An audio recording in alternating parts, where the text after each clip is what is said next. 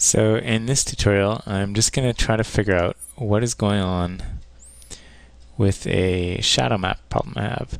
So we have this app here, and we can see this dark area is supposed to be the shadow of this chess piece down here, and it doesn't seem to be rendering in the right location.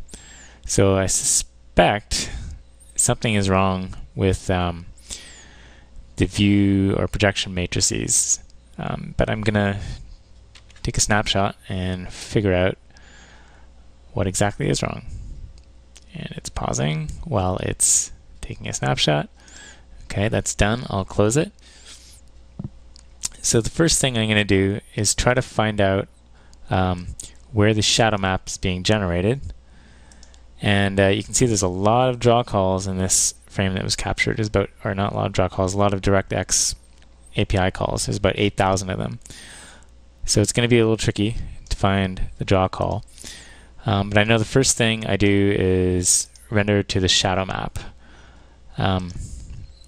So if I just start stepping through the draw calls, it takes a while for the render target tab to render its thing. So here I have a 2000 by 2000 or 2048 by 2048 shadow map, which is what I expect. I'm not seeing anything being drawn as I'm stepping through the draw calls. Plus, it's kind of slow. Every time you click on a new draw call, it re-renders the image it's showing you here. A quicker way to find the object I'm looking for would be to click on the Mesh tab. And that's going to show you what object was being rendered by that particular draw call. Now I'm looking for something that looks kind of like a chess piece, so I'm just going to keep going down through draw calls. It's going to take a while. There's a lot of them. In future tutorials, I'll show you a way you can make this a lot easier by adding events into the stream and making it a lot easier.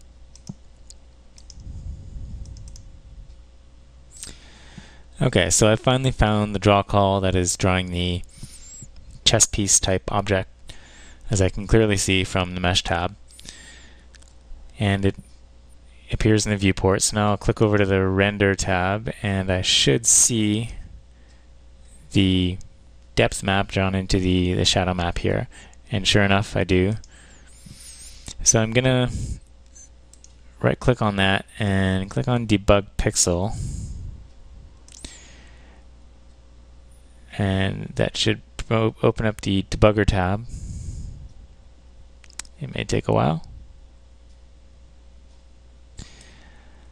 And here I'll see for event 1400, which matches the draw call that I have highlighted.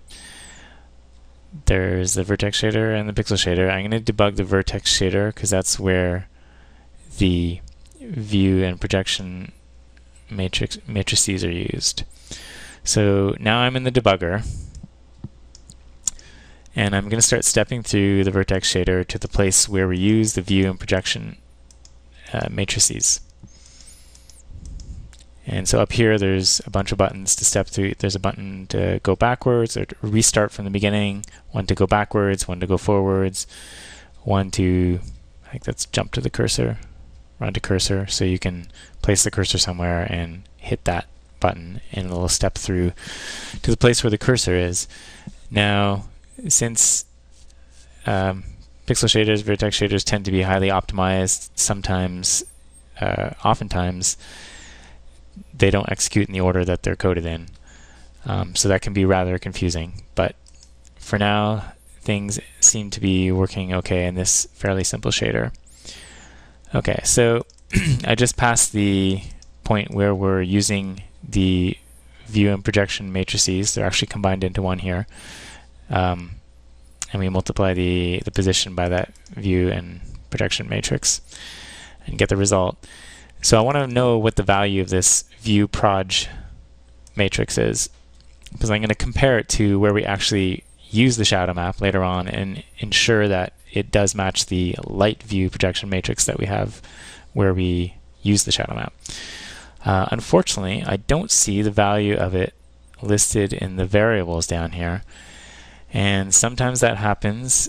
PIX isn't able to show it for whatever reason, but you can actually still get the value. So if you notice, there's 2 tabs here on top and also 2 tabs on the bottom. The right hand side on top is showing you the source code for the shader, and you see the variables on the bottom here. On the left hand side on top, it shows you the disassembly. So this is the lower level shader assembly code that's being run. It's pretty hard to look at sometimes.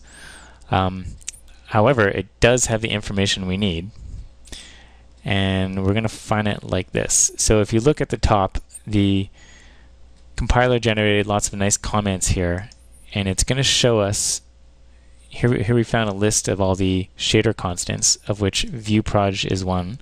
So that's the one I'm interested in, and it's telling me that it's located in register C240, and it's of length 4. So if I click over to the registers tab here, it will actually show me all the registers that are used during the execution of the shader. And I don't know why it can't actually show you the variable sometimes when you're looking through the source code, but here we can find it anyway. We know it's in register C240, and sure enough, here is C240, and it's a matrix, so it's 4 float 4 values, so it actually is stored in registers C240 to C243. And so here is the value of the view projection matrix. So this is the one I'm interested in. I'm just going to copy it to Notepad for the time being, so I have it for reference. So that was when we render the shadow map. And now I'm going to go look at the place where we actually use the shadow map. So I know that one's going to be a little easier to hone in on, because I know that the actual thing you see on the screen is the last thing I'm rendering. So I'm just going to go to the end of all my draw calls, or all the API calls that happen during this frame, and click at the end, and then the render tab will show me the final result, what got rendered.